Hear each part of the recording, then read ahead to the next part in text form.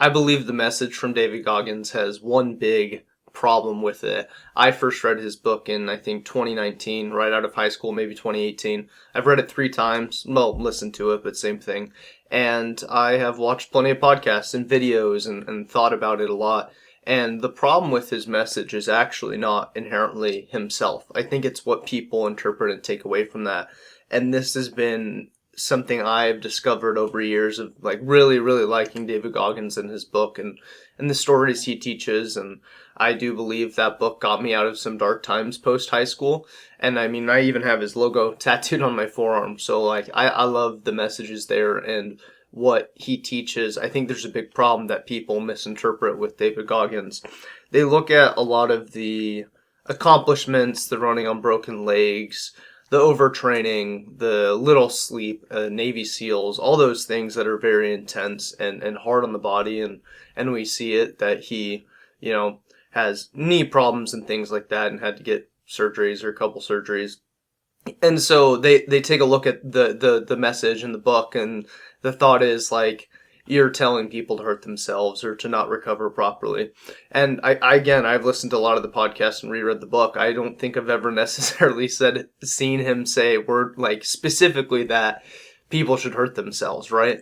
The thing that I think is forgotten, or really what I'm getting at with the problem with his message, or really the problem with how people interpret his message is a better way to put it, is the be your own hero part. I think people miss that by a mile. They miss that mark of what he's teaching is you have to figure it out.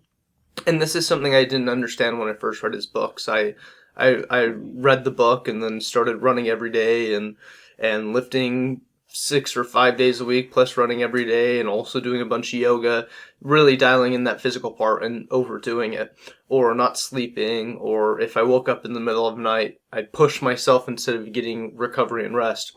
And the thing is that was amazing for me because mentally it got me stronger. It did exactly what I think Goggins preaches in his book.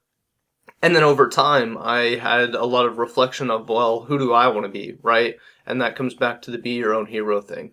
If you're your own hero, that means you discover what works for you. You put things to the side from other people that don't work for you. And that was a big aha moment I had a couple years after reading his book, is that I enjoyed the overtraining. I enjoyed the pushing myself to my limits. Eventually, I realized that's not who I want to be. I still want to push myself, but what I realized is I wanted to train properly and efficiently, or scientifically. I wanted to run 5 days a week instead of 7 days a week. I wanted to get a full 8-9 hours of sleep so I could recover as much as possible and push myself more with speed work. And so the thing is there's nothing wrong with either way. It's David Goggins has become his own hero, and he has figured out what is important to him and what gives his life meaning, just as I've found more and more of that as time goes on. So this can be compared or related to anything, and especially with this channel surrounding running and fitness. You're gonna listen to podcasts, you're gonna see pro athletes, you're gonna listen to my content, and you're gonna think, oh, well, I don't do that, maybe I should do it that way. Or at least this is what I do when I listen to other people's content. And I think the ultimate message is be your own hero. I think a hero can listen to other people but not follow them. And I think a hero can search for information and then reject it if it doesn't work for him or her. And that's the thing that is missed when it comes to David Goggins and what he's preaching. And it's such a big part of what he talks about.